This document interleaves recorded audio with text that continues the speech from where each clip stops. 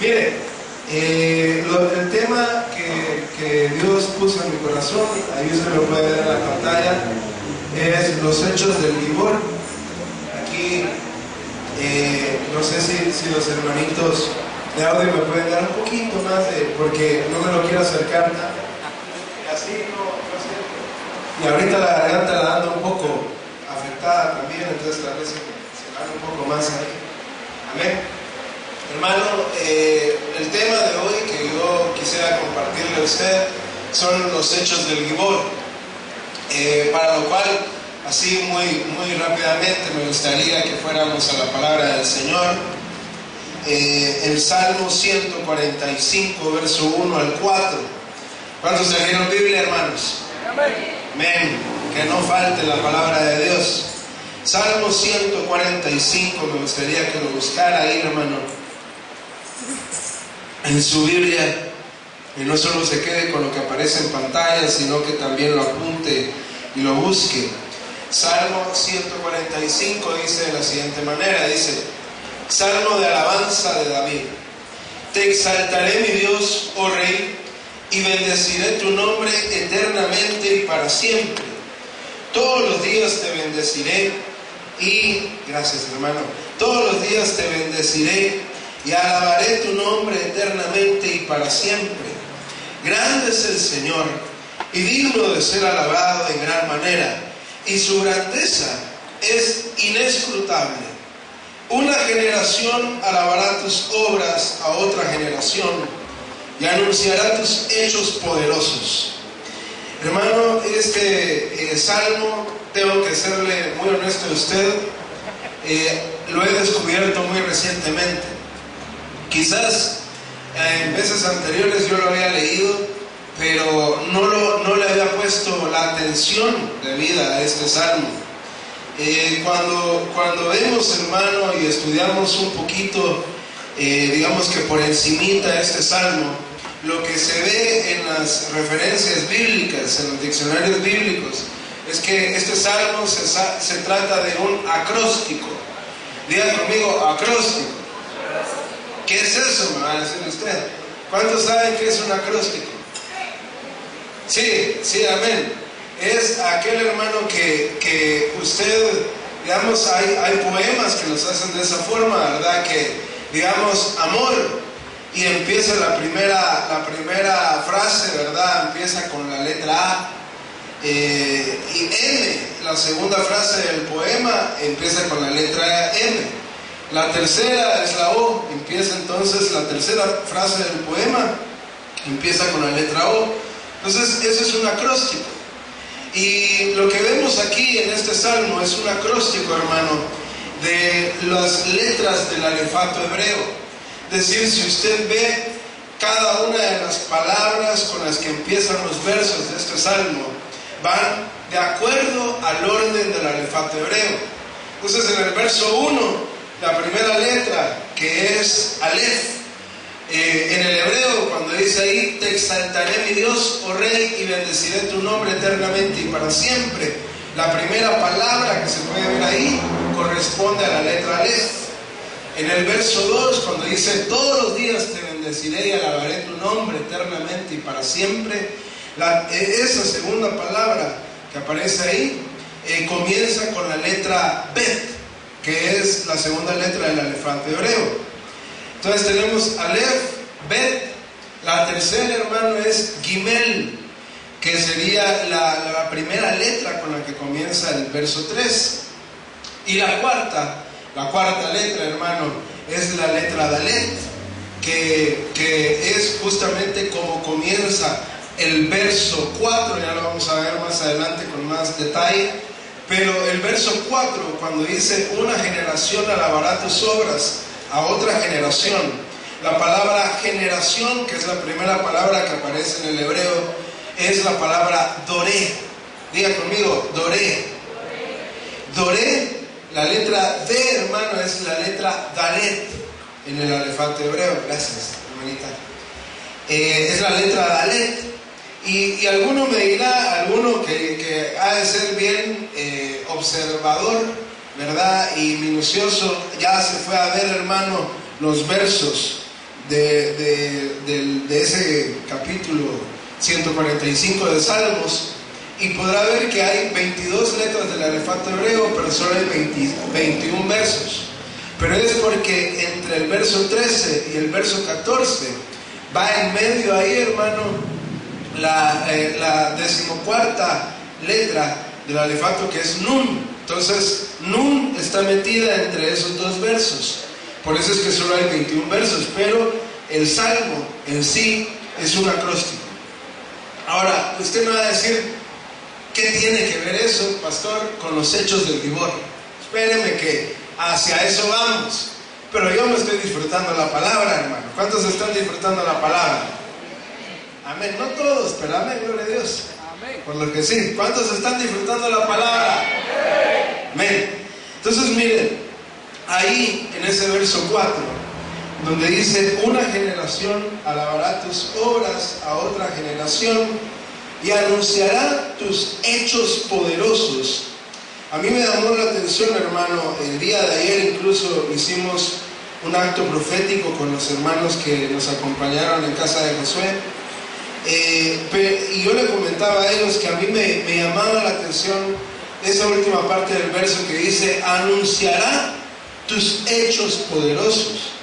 Cuando vemos esa palabra, hermano, en el hebreo original, no son dos palabras, no es una palabra para hechos y otra palabra para poderosos, sino que es una sola palabra hebrea, que es la siguiente, que es el hebreo 13:69, que es Geburah. Diga conmigo, Geburah. ¿Qué quiere decir, hermano? Fuerza, quiere decir poderío, quiere decir poderoso, potencia, potente, robusto, valentía.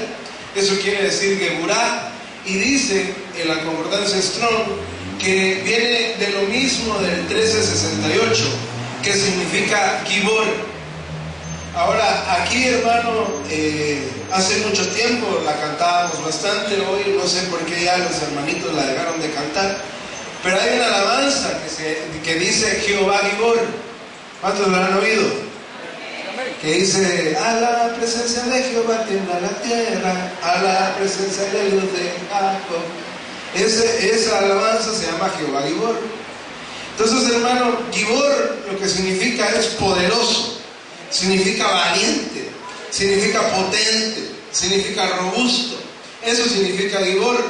Entonces, en el Salmo 145, verso 4, cuando dice que anunciarán sus hechos poderosos, lo que realmente quiere decir es: anunciarán tu Geburah, tus actos potentes, tus actos poderosos, tus actos valientes.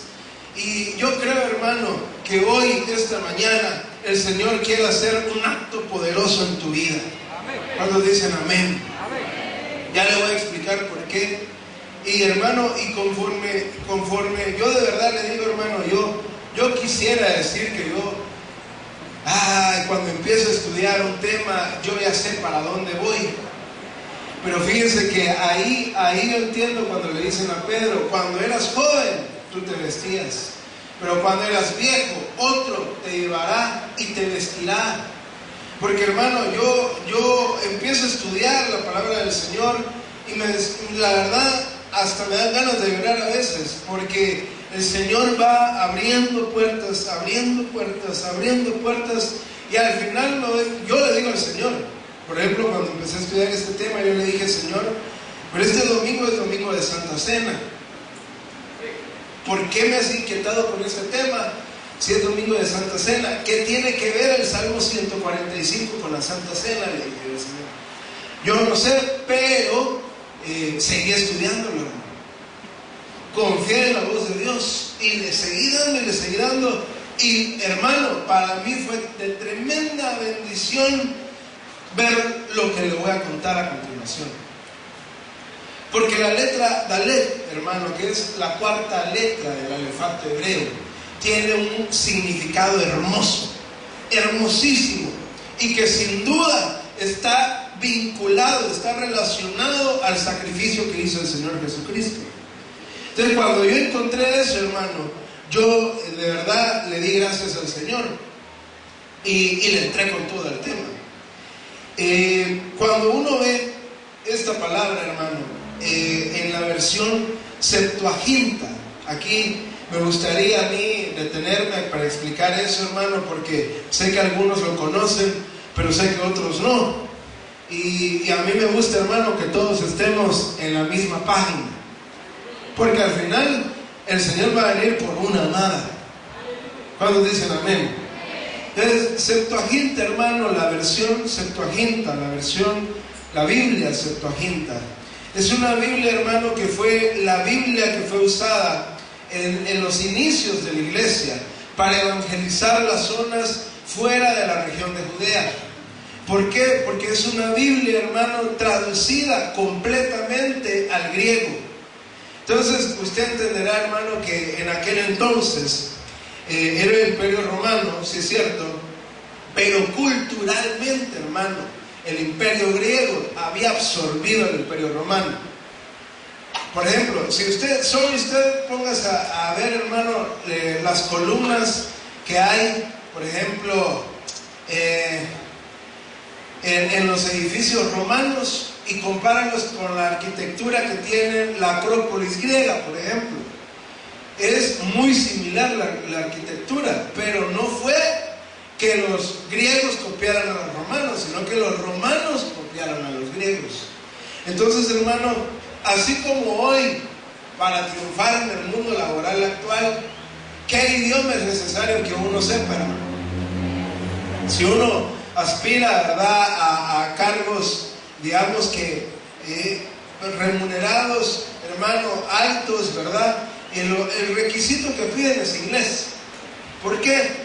Porque nosotros no somos un estado de Estados Unidos, pero culturalmente, hermano, la cultura norteamericana ha llegado a impregnarse a muchas culturas, hermano. Y ahí usted, por ejemplo, ve, hermano, que aquí, ¿cuándo ha caído nieve acá, hermano? Díganme. Qué galán, ¿verdad?, que cayera en uno de estos días un poquito de granizo, aunque sea.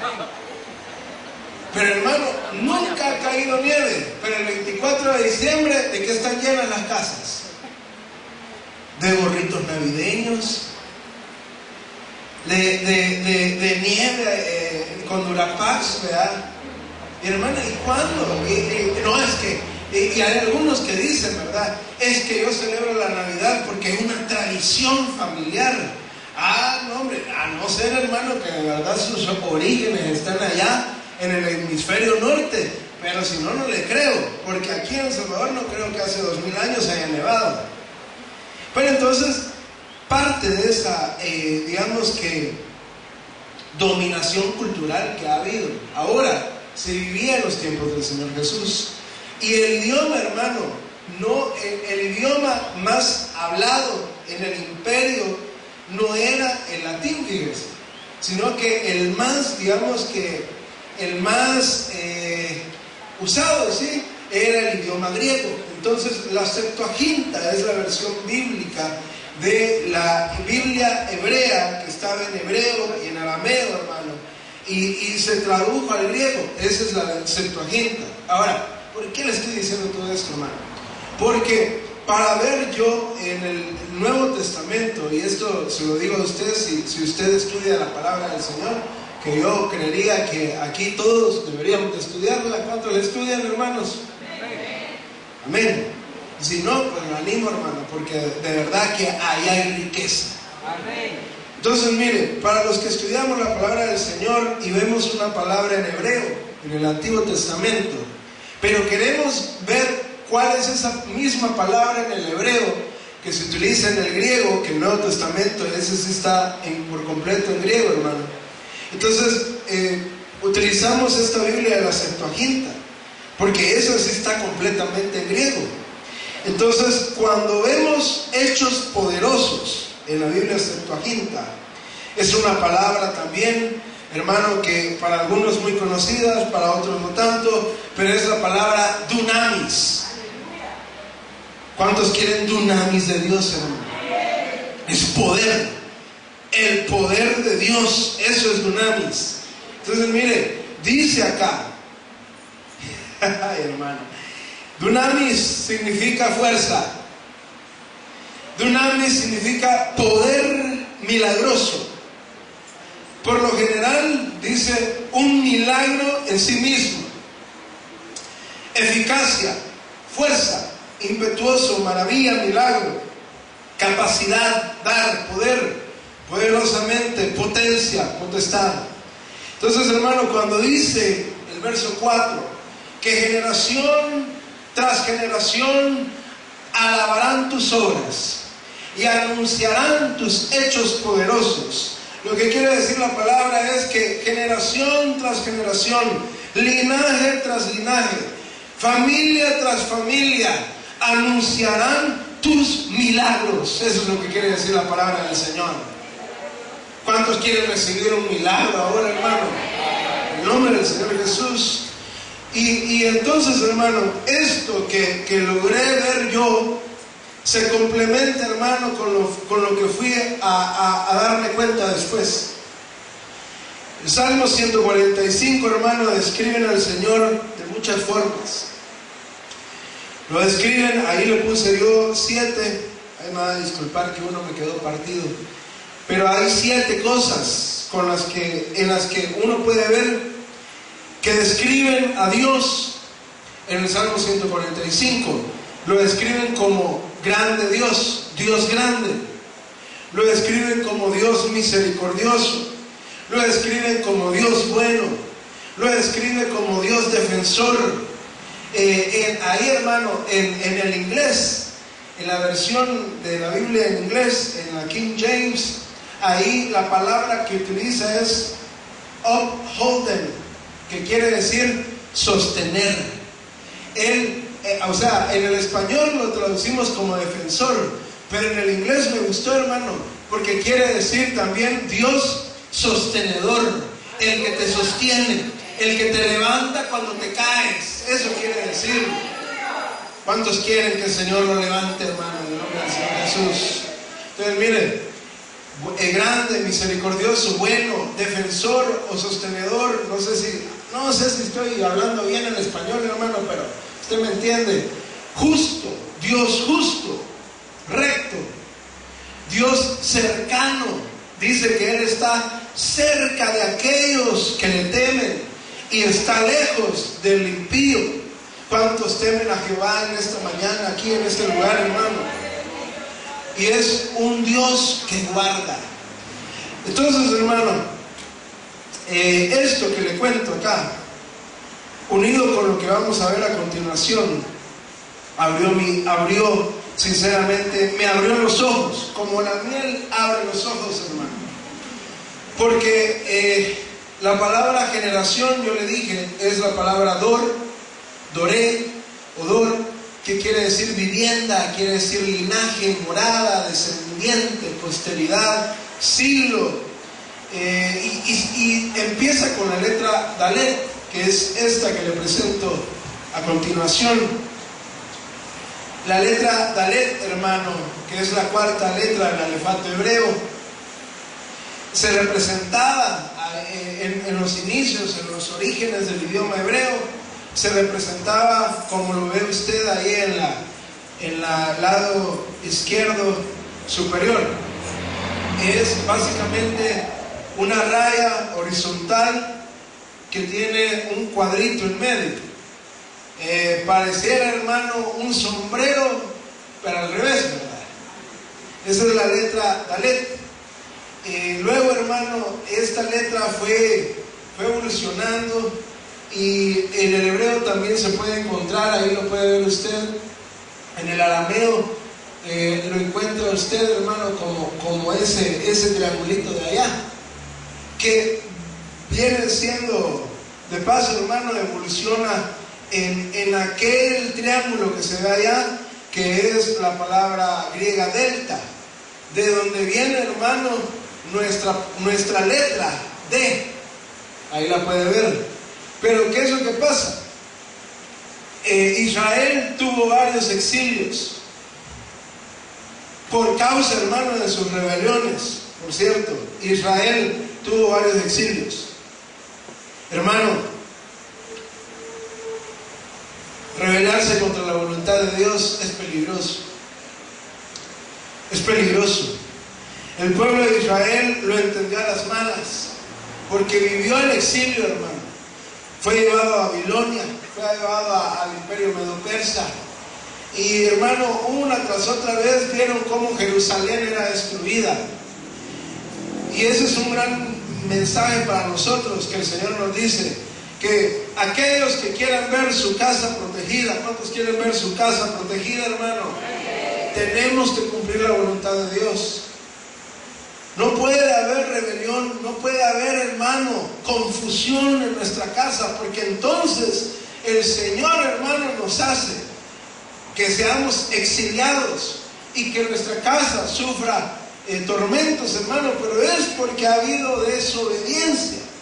Entonces, miren, en uno de esos exilios que tuvo el pueblo de Israel, ellos fueron al imperio babilónico, y ahí, hermano, el hebreo se mezcló con otros idiomas, entre ellos el arameo, y se derivó la letra Dalet, pasó de ser ese sombrerito al revés, ¿verdad?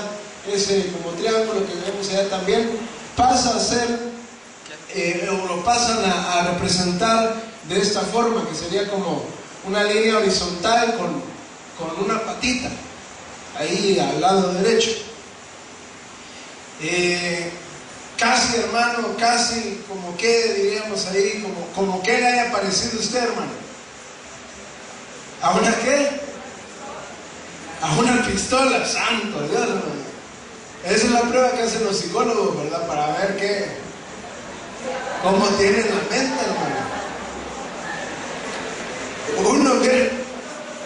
Uno pierde una pistola, vaya, el santo Dios, pero sí, tiene forma como de pistola, ¿verdad? Pero esa es la letra de Dalet, hermano, de lo cual no es ciertamente certero que de ahí venga, pero mire que Dios, no creo que no hay casualidades en Dios, definitivamente, y vemos que tiene un gran parecido con el número 4 también. Dalet es la cuarta letra del alfabeto hebreo. Entonces, hermano, Dalet, me fui, hermano, a investigar qué significaba Dalet. Y Dalet viene de dos palabras compuestas. La primera es Dal, que es el hebreo 1800, que quiere decir colgando, quiere decir débil, quiere decir desvalido, enflaquecer, extenuar, indigente, menesteroso, pobre. En la cultura hebrea, hermano, todos estos calificativos que yo le he dado también eran usados para representar al humilde, al pobre, al menesteroso. Eso significa la palabra Dal. Y la otra palabra que compone Dalet es la palabra Delet, que quiere decir puerta, quiere decir hoja plana, portada. Entonces, hermano, mire qué tremendo, porque estudiando yo ese significado de Dalet, veía que muchos diccionarios bíblicos, hermano, y referencias bíblicas hablaban de que Dalet realmente tenía el inicio de esta representación de como un sombrerito al revés, porque era en representación de una puerta. No las puertas como las conocemos ahora nosotros, hermano, sino que las puertas hebreas, como usted recordará, ellos comenzaron viviendo, cuando entraron en la tierra prometida, ellos empezaron viviendo en tiendas. Durante el desierto, ellos habitaban en tiendas. Entonces la puerta, hermano, no era como nosotros la conocemos ahora, sino que era más bien una cortina, un velo que separaba las habitaciones. Hermano, lo tremendo de todo esto es que cuando uno ya ve eso y ve el significado que tiene Dalet, que viene de dos palabras, Dal, que significa humilde, y Delet, que quiere decir puerta, hermano, indudablemente vemos que hay una relación entre la letra Dalet y la puerta, que es Cristo. Entonces, hermano, ahí empecé a poner mucha más atención a lo que decía ese verso 4 del Salmo 145. Porque lo que dice ahí, hermano, la letra Dalet, acuérdense, verso 4 es la letra Dalet, porque es un acróstico, es un salmo acróstico. Lo que nos está queriendo decir, hermano, es que hay una puerta que vino a este mundo. Se hizo humilde, se hizo pequeño, porque dice la palabra de Dios que siendo Dios se hizo hombre. Y que, hermano, vino a esta tierra para hacer la puerta, o más bien dicho, hermano, para hacer el acceso nuestro a la gloria de Dios. ¿Cuántos quieren la gloria de Dios en esta mañana, hermano? Denle una ofrenda de palmas al Rey si usted lo cree. Pero entonces, hermano, cuando yo vi eso, de verdad les digo que yo parezco loco a veces en la casa. Hermano, lo celebro casi como que es un gol. Así se lo digo. Mi esposa, hermano, que ahorita nos ha de estar escuchando, ¿verdad? Ahí con el renuevo. Ella, hermano, a veces se molesta conmigo. Porque yo les he contado a los hermanitos que yo para desvelarme soy malo. Sinceramente, hermano, yo 11 y media, ya el cerebro, ya el mío por lo menos, hermano, ya no trabaja. Se pone en huelga. Así se lo digo, de verdad. El ratoncito que tengo acá adentro ya no le da vuelta a la rueda. Entonces yo lo que hago, hermano, es que ya cuando ya paso 10 minutos viendo la página y leyendo la misma línea, hermano, digo, ya no, ya hasta aquí queda y mejor madrugo.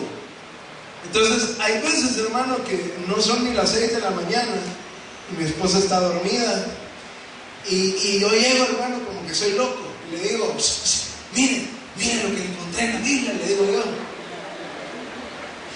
Y ella, hermano, ¿cómo cree que me hace?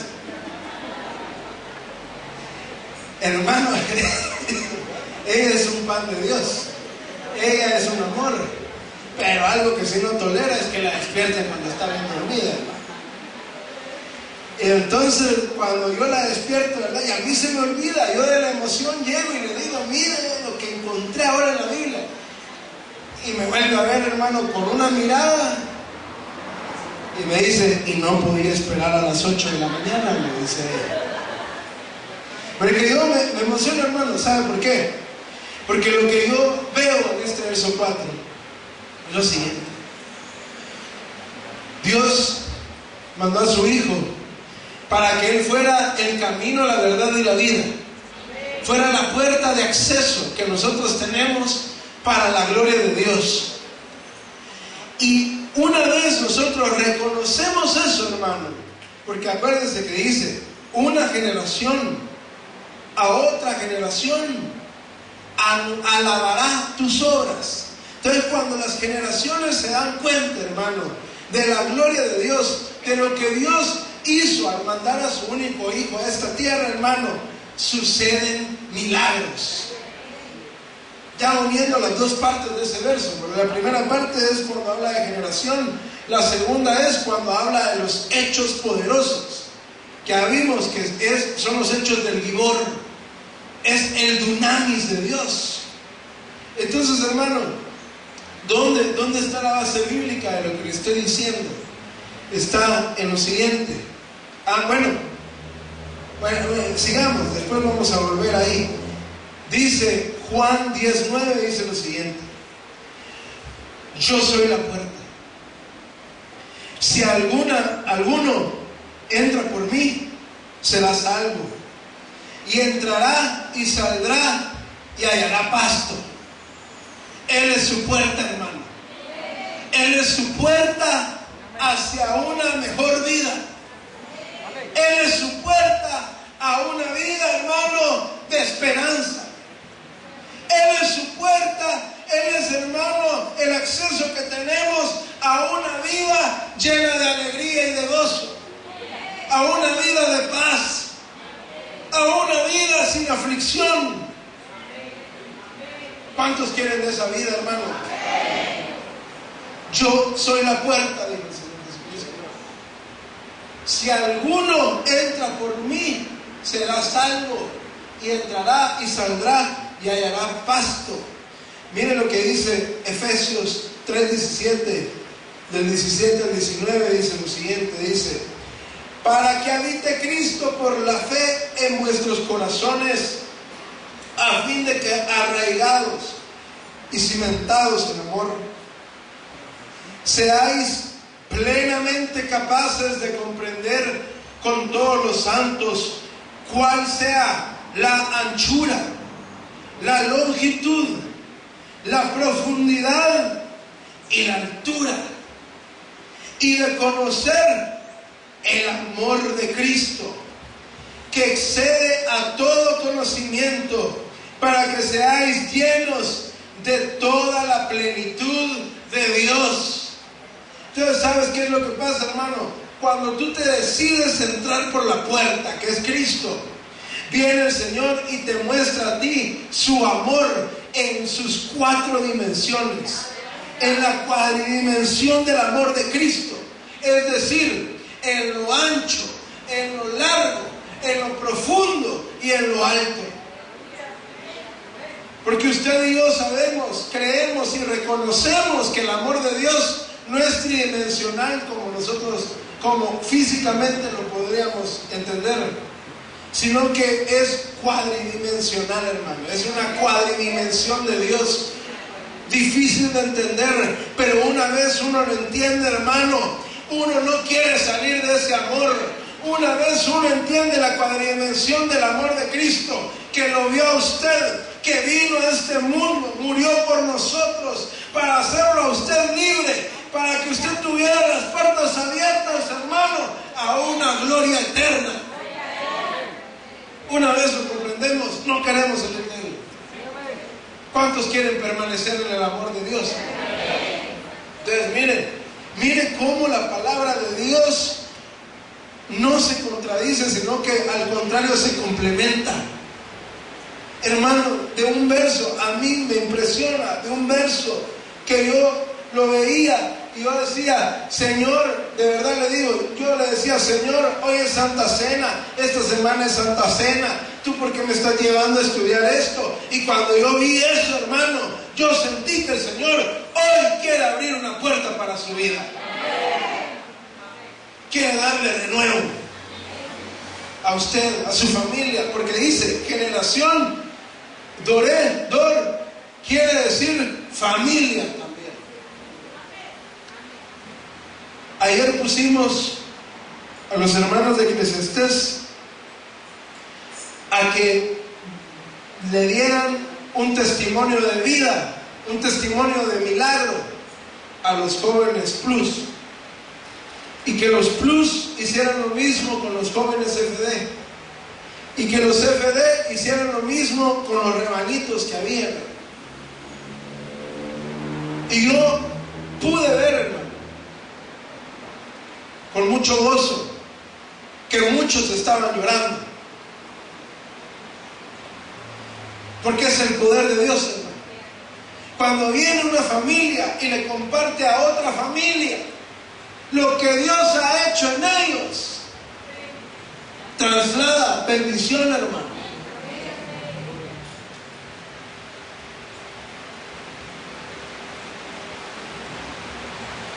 Al final vamos a presentar a Néstor André.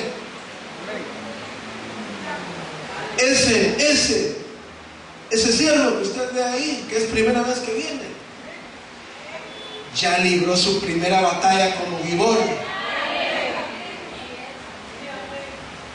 y la venció.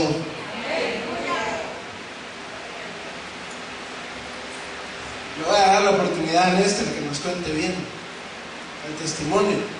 Pero, hermano, cuando tú le abres la puerta al Señor, Él viene y hace obras poderosas en tu vida.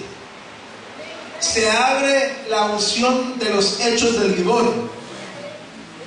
Y hoy esta mañana ya está abierta esa puerta, hermano. Ya está, para que sucedan milagros. ¿Por qué le digo esto? No va a regresar. Hay un aspecto bien interesante que yo logré ver en lo que estaba investigando lo de la letra Dalet. Me llamó la atención que algunos dijeran que era pistola, hermano. De verdad. Porque yo la verdad, yo la veía, ¿sabe cómo la veía? Quizás la veía yo la veía más como una tienda, como vista de lado, como una carpa, por decirlo así, como una sombrilla, algo así la veía yo. Pero a mí me llamó la atención, hermano, que estudiando acerca de la letra Dalet, algunos decían que parte de digamos que lo glorioso de esta letra, de cómo representa la puerta que es Cristo, hermano, es que pareciera también, ya en su versión aramea, pareciera un muñequito que está humillándose así, como una persona inclinada que está así. Y eso me llamó la atención, hermano, y habló a mi corazón, porque ciertamente una promesa de Dios, hermano, para los que temen el nombre de Dios, para aquellos que sirven en la casa de Dios, es que el Señor los defenderá, es que el Señor hará justicia en su vida. Esa es una promesa de Dios, hermano. ¿Cuánto le damos ofrenda de palmas al Rey? Así como el Hijo vino y se humilló. Él se humilló, la puerta eterna, se humilló. ¿Cómo, hermano? Muriendo por nosotros. Murió. Siendo justo e inocente, no abrió su boca. Él se humilló al Señor. Y eso hizo, hermano, que el dunamis de Dios se moviera a través de Él. ¿Qué le quiero decir con esto, hermano? Cuando tú vienes y te humillas, no ante el hombre, ante Dios. ¿Por qué digo ante el hombre, hermano? Por ejemplo, yo quién soy, hermano. Yo soy hombre también. Ahora, ¿cuál es, digamos que, cuál sería el aspecto a tomar en cuenta? Que siendo hombre, tengo autoridad delegada. ¿Pero por qué? ¿Por qué tengo autoridad delegada? Porque hay dunamis en mí. Porque yo también me humillo. Yo también me humillo. O trato de hacerlo. Y cuando no lo hago, me siento mal. Porque, hermano, sería yo un mentiroso si le digo yo a usted que no hay soberbia en mi corazón. Porque soy hombre. Pero ¿dónde está la diferencia? Que uno reconozca, hermano, sus defectos y venga constantemente al altar a humillarse delante de Dios. Señor, es cierto, yo soy soberbio. Esta semana yo actué con soberbia en mi trabajo, en la familia, en la iglesia. Yo actué, Padre, fui altanero, fui rebelde, sí, es cierto, Señor, pero hoy que es Santa Cena, hoy que vengo a ponerme a cuentas contigo y con mis hermanos, yo vengo a reconocer, yo vengo a humillarme, Señor, y a decirte que yo he fallado. Entonces el Señor, cuando ve eso, hermano, cuando ve que tú te humillas, dice: este se ha humillado, por lo tanto lo exaltaré. Así dice la palabra del Señor, que al árbol humilde Él lo toma y lo pone. ¿Dónde, hermano? ¿Dónde lo pone el árbol humilde? Él lo toma y lo pone en el lugar más alto del monte. Y ya no lo pone como árbol, como hortaliza, como chiribisco, como usted quiera, hermano. Ya lo siembra como cedro, como roble de justicia. Eso es lo que hace el Señor, hermano, con aquellos que se humillan.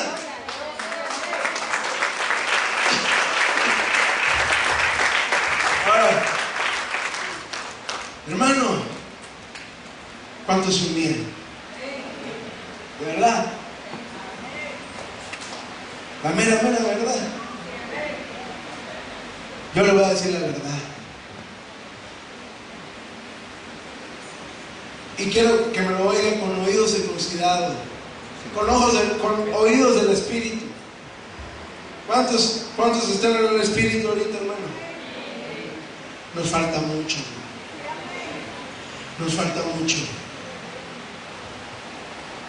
Porque desde el momento, hermano, en que los líderes de esta iglesia llaman, ellos no llaman para meterse en su vida, hermano.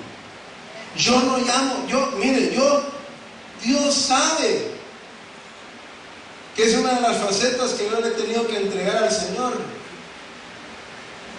Porque, hermano, yo no soy metido, la verdad se lo digo.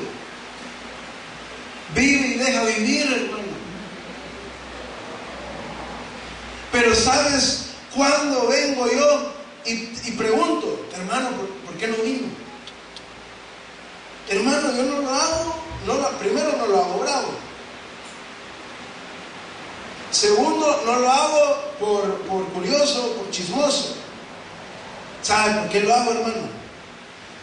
Lo hago primero porque me humillo.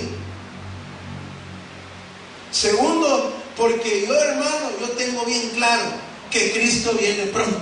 Amén. Pero cuando Él venga, me va a pedir cuentas por cada uno de ustedes. Amén.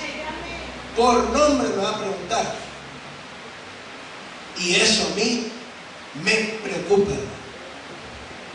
La verdad se lo digo. Porque veo, hermano, por el debido perdón, si voy a herir a alguna susceptibilidad, veo, hermano, poco amor por el privilegio. Veo poco amor por la disciplina. Veo poco amor por el templo. Veo poco amor por el servicio. Veo poco amor por la palabra. Veo poco amor por la alabanza. Veo poco amor por la adoración. Ya ni le digo qué tan poco amor veo por la oración. Que aquí hay culto de alabastro y solo vienen 2 personas. El hermano Cesarito, que me ayuda a abrir, y yo. Bueno, y Gerardo Palacios. Y la pastora también. Bueno, ya somos 4. Pero aquí estamos orando. Y el hermano Cesarito me dice siempre, pastor, va a haber culto de alabastro. Anunciémoslo, le digo yo. Es necesario. Yo casi que él, no sé si se le ha cruzado la mente, la cabeza, pero yo me imagino que él ha de pensar, ¿y por qué lo mantenemos si solo venimos 4? Hermano, porque si mi humillación sirve para que el poder de Dios se mueva en usted y logre usted ver la bendición de Dios, entonces, hermano, con gusto me humillo. Por eso lo hago. Entonces, hermano, hoy mi llamado es, queremos ver el dunamis de Dios. Nieguémonos, pero de verdad. No, que solo domingo se ve la iglesia así de bonita, hermano. No, discúlpeme, pero perdóneme. Se lo digo, vuelvo y repito, no molesto, ni bravo, ni enojado, nada. No, quítense esa idea, hermano. Seamos maduros. No lo digo por eso. Lo digo porque, hermano, Cristo, su amado, mi amado, viene sobre los montes como cervatillo. Ya veo a mi amado viene. Cristo viene pronto, hermano. Tenemos que humillarnos. Tenemos que humillarnos, hermano. Ay, es que el lunes es familia. Y mi familia y yo estamos nice. Mentira. Ya con solo eso que dijo, ya está mal. Porque es mentiroso. No, ay, pastor, está declarando que hay familia. No vaya usted por la tangente. Lo que estoy diciendo es que todos necesitamos, hermano, todos.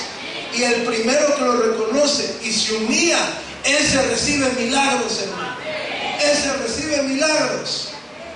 ¿Por qué cree usted, hermano, que de repente vienen las pruebas a la familia? Porque solo el Señor ya vio que somos necios. Y si no mandan la pruebita, no hay humillación. Solo, hermano, falta que se enferme alguien de la familia. Todos los lunes están aquí. No falta que se sanó. Y uno solo en la calle se lo encuentra. Y si te vi, no me acuerdo. ¿Verdad? Hermano, no espere usted la prueba. Mejor venga a gozarse de los cultos familiares cuando la familia está bien, cuando están sanos, cuando no hay deuda, cuando no hay, hermano, angustia, cuando no hay aflicción. Venga y gócese a la iglesia, hermano. Los días viernes escatológicos, hermano, yo creo que es de los más rescatables. Por lo menos serían en las primeras 4 filas de aquí. Pero veo poco interés, hermano. Disculpen. Tenemos que humillarnos. Porque al humillarnos, hermano, ¿sabe qué va a pasar al humillarse? Acuérdense, dunamis quiere decir milagros. Poderosos milagros. Poderosos milagros. Eso quiere decir dunamis. Pero mire qué es lo que pasa cuando nos humillamos. Lucas 4:38 dice lo siguiente: y levantándose el Señor Jesús salió de la sinagoga y entró en casa de Simón, y la suegra de Simón se hallaba sufriendo con una fiebre muy alta, y le rogaron por ella, e inclinándose sobre ella reprendió la fiebre, y la fiebre la dejó, y al instante ella se levantó y ¿qué hacía, hermano? Y les servía. Al ponerse el sol, todos los que tenían enfermos de diversas enfermedades se los llevaban a él, y poniendo él las manos sobre cada uno de ellos, los sanaba. También de muchos salían demonios, gritando y diciendo: tú eres el Hijo de Dios. Pero reprendiéndoles no les permitía hablar, porque sabían que él era el Cristo. Yo me quedé meditando mucho eso, hermano. ¿Por qué el Señor no permitió a los endemoniados que dijeran que él era el Cristo? ¿Por qué? Y logré comprender algo, hermano.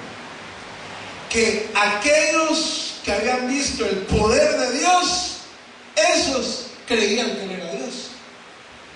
¿Sabes qué es lo que pasa, hermano?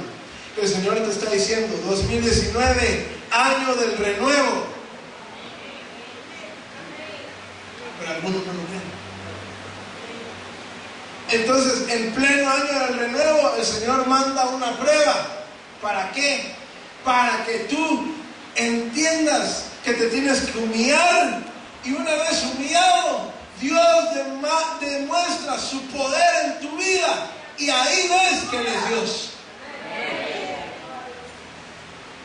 Entonces Él no lo permitió, porque Él decía: no lo compartan, porque a estos todavía les falta reconocer que soy Dios, todavía les falta humillarse. Entonces, hermano, una vez nos humillamos, una vez, hermano, reconocemos que Él es la puerta, suceden milagros. Milagros como el que nos compartió la hermanita Lizama aquel día, que le perdonaron la deuda, hermano. Milagros como han sucedido acá, hermano, de sanidades, incluso de lupus en la sangre que han habido. Y alguno más de otro dirá: pero a mí, ¿por qué no me hace el milagro el Señor? Hermano, esta es tu oportunidad. Tú no preguntas por qué, tú preguntas para qué. ¿Para qué quiere el Señor? ¿Qué es lo que quiere que tú aprendas? Y cuando el Señor te lo revele, tú te humillarás en la presencia del Señor y verás el poder de Dios. ¿Cuántos quieren poder de Dios, hermano? Y mire, vino Pedro. ¿Por qué le digo eso, hermano? Porque el trato es personal. El trato es personal. Pedro vio cómo sanó el Señor a su suegra. Pedro vio, ahí dice, Simón en la casa de él vio cuando la sanó. Pero entonces cuando viene el Señor y lo lleva al mar adentro en las aguas, y le dice: Pedro, lanza las redes, le dice. ¿Qué le responde Pedro? En ese entonces Simón: toda la noche hemos estado tirando la red y no hemos pescado, pero ni la gripe hemos pescado. Y entonces yo me imagino al Señor, hermano. Me imagino que yo, si hubiera sido el Señor Jesucristo, yo lo hubiera vuelto a ver, hermano, con una cara así como aquel que dice, ¿verdad? ¿Por qué no eres una gente normal? ¿Verdad? ¿No estás viendo que sané a tu suegra? ¿No estás viendo las maravillas que hice, los endemoniados que liberé, los enfermos que sané? Te estoy diciendo que tiré la red. Y Pedro, en lugar de hacerlo, le dice: es que toda la noche hemos estado pescando y no hemos pescado nada. Ay, a este le falta mucho, dijo el Señor, pero voy a ser misericordioso. Eso es lo que hace Dios con nosotros, hermano. Muchas veces nosotros no se cumple aquel dicho, ¿verdad? Una vez pasa el ciego, dice el dicho, hermano. No, hombre, nosotros de ciego, hermano, nos va mal. 20 veces pasamos por lo mismo. Miren lo que le dice el Señor a Pedro. Dice: porque el asombro se había apoderado de él y de todos sus compañeros por la redada de peces que habían hecho. Y lo mismo le sucedió también a Jacobo y a Juan, hijos de Zebedeo, hijos del trueno, que eran socios de Simón. Y Jesús dijo a Simón: no temas, desde ahora serás pescador de hombres. Y después de traer las barcas a tierra, dejándolo todo, hermano, dejándolo todo, lo siguieron. Entonces hoy el Señor está abriendo una puerta. Dalet está abriendo la puerta el Señor, hermano, y lo que te está diciendo es: no temas, no temas, no temas.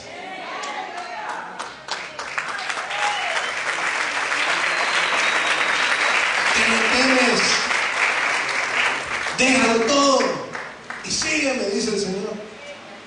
Déjalo todo, deja la duda, deja ya la mediocridad, ya como aquel canto alabanza, hermano, que no tiene mucha palabra, pero sí tiene una gran verdad.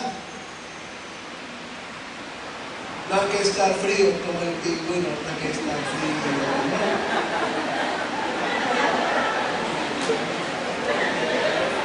Es para que no se le duerma, hermano. Ya basta, hermano, de estar fríos. Es tiempo de mire, ser definido. ¿Es hijo usted de Dios? ¿Sí o no? Demuéstrelo. Demuéstrelo. Es tiempo, porque el amado viene ya. El amado viene ya. Entonces, hermano, hoy vamos a ver el dunamis. No crean que voy a gritar mucho. Primero porque no puedo. Ahorita he gritado porque me emocioné, hermano. No debería. Si hoy en la tarde vamos a tener una boda también, hermano. Tendría que, ¿verdad? Aquí, gracias a Dios, los hermanitos me han dado miel. Ni la he tocado, pero ahorita le voy a entrar.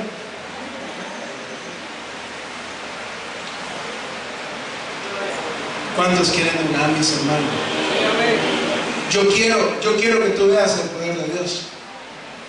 Mire, no crea. No, yo no me vengo a ser el santo, el perfecto. No, hermano, si a mí me costó ver el poder de Dios. Le digo la verdad. ¿Me puedo ministrar con usted? De verdad no me gusta. Amén. Le voy a decir una intimidad mía, de verdad. En muchos aspectos de mi vida, el Señor tuvo que quitar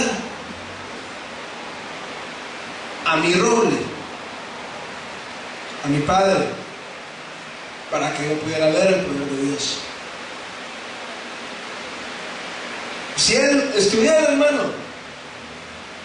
muchas cosas de las que yo le he predicado no las creyera. Así se lo digo. Ay, pastor, sí, de verdad se lo digo. Tuvo que faltar él para que yo empezara a ver el poder de Dios en muchos aspectos de mi vida. Decisiones que he tenido que tomar, acciones que he tenido que hacer, hermano, dudas que el Señor, cuando empezó yo a tener dudas, hermano, no solo, hermano, del ministerio, sino que dudas en todo aspecto, hermano, venía el Señor y mandaba palabra. Venía el Señor y mandaba una muestra de que Él, del poder de Él. Y yo le digo al Señor, hoy he visto el poder de Dios. Pero uno, hermano, lo que yo le digo, se lo digo porque yo lo he vivido. Uno es necio, uno ve el poder de Dios una y otra vez, y uno todavía duda. Pero hoy el Señor te dice, no temas, no temas, no temas. Hoy verás el poder de Dios, y el poder de Dios hará que todo temor se vaya de tu vida en el nombre del Señor Jesús. Entonces hoy vamos a humillarnos delante del Señor. A pedir a los siervos de alabanza que se vengan.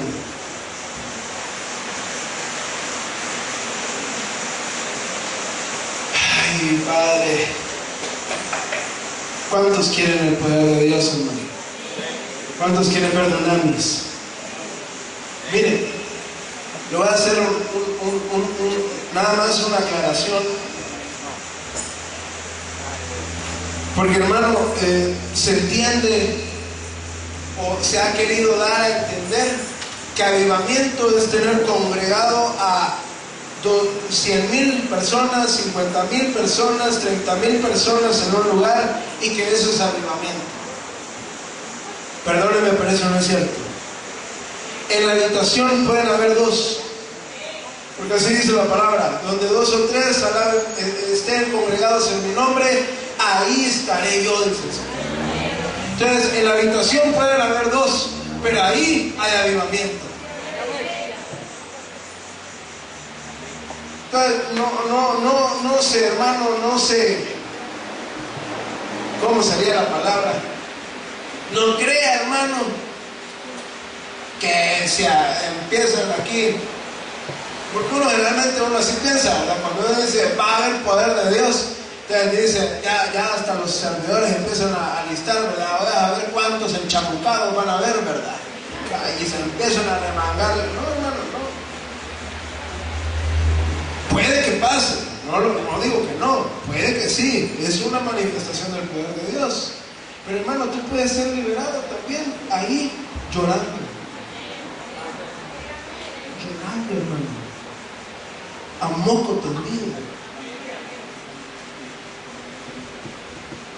Entonces no creas, hermano, que hoy vamos a empezar a gritar, ¿verdad? Y fuera, en la nombre. No. Aunque sí creo que aquí hay poder de Dios. Aquí hay poder de Dios. Y antes de tomar la Santa Cena, el Señor va a manifestar su poder en tu vida. No temas. La puerta, que es Cristo. Hermano, se lo voy a poner otra vez. Juan 10:9. Yo soy la puerta. Si alguno entra por mí, será salvo, y entrará y saldrá, me dará pasto. Hay un verso que no alcancé a ponerlo porque ya estando ahí, hermano, el Señor me lo dio, que es Marcos 16:17, dice: y estas señales acompañarán a los que han creído. En mi nombre echarán fuera demonios, hablarán en nuevas lenguas, tomarán serpientes en las manos, y aunque beban algo mortífero, no les hará daño. Sobre los enfermos pondrán las manos y se pondrán bien. Hermano, dice ahí, sobre los enfermos echarán aceite. Hay otra porción de la palabra que dice que alguien que esté enfermo, lleven a los ancianos, ellos colocarán aceite y sus pecados serán perdonados. Pero aquí la palabra del Señor también dice que pondrán manos y se sanarán. Le recuerda a usted que la sombra de Pedro y de Juan iba, y la sombra de ellos cubría a los enfermos y se sanaban. Entonces, hermano, ¿qué le quiero decir con esto? Donde está el poder de Dios, no es necesario que llegue alguien, hermano, y te empiece a liberar. No, hermano, ahí donde estás puede que el Señor haga la obra. Ahora, ¿qué sí quiere el Señor? Que nos humillemos. Eso sí. Eso sí.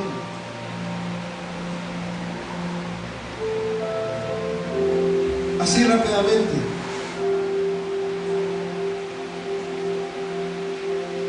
Mateo 14:34.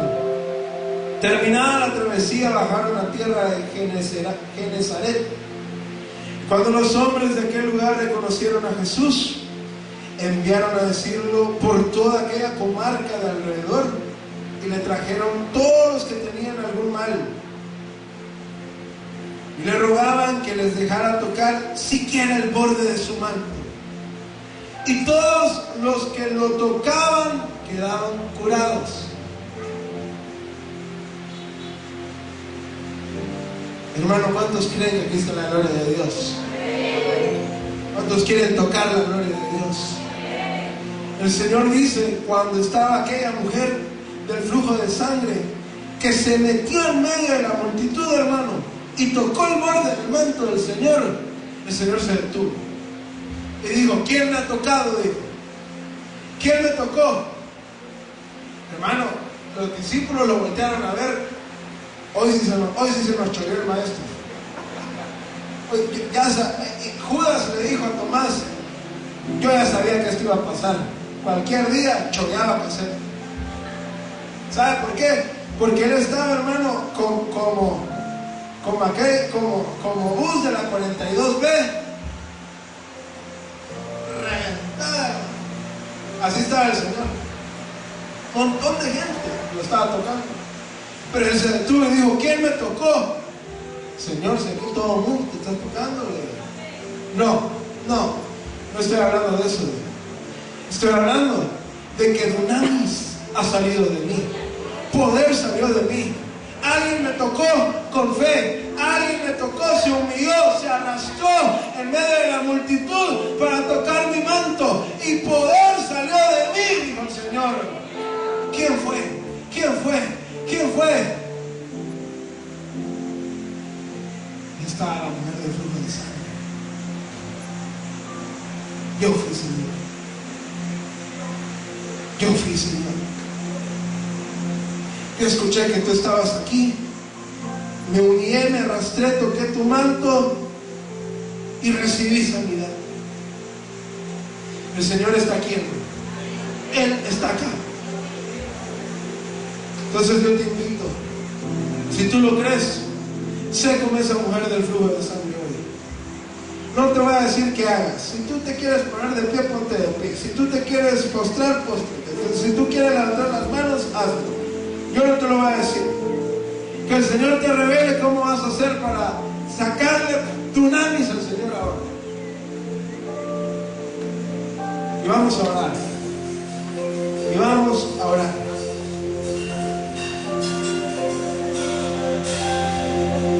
Oh Señor Jesús, amado Dios, amado de mi alma, oh Cristo, oh yo te pido escucha mi oración.